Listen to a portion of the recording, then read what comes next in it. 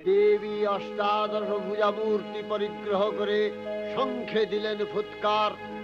দেবীর আহ্বান শব্দ অনুসরণ করে সসৈন্যে ধাবমান হলো মহাবলশালী মহিষাসুর।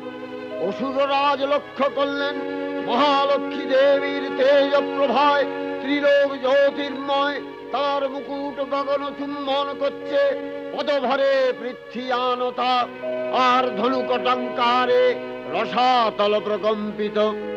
দেব সেনাপতি মহাশক্তির জয় মন্ত্রের গুণে দেবীকে দান করলেন মহাপ্রীতি।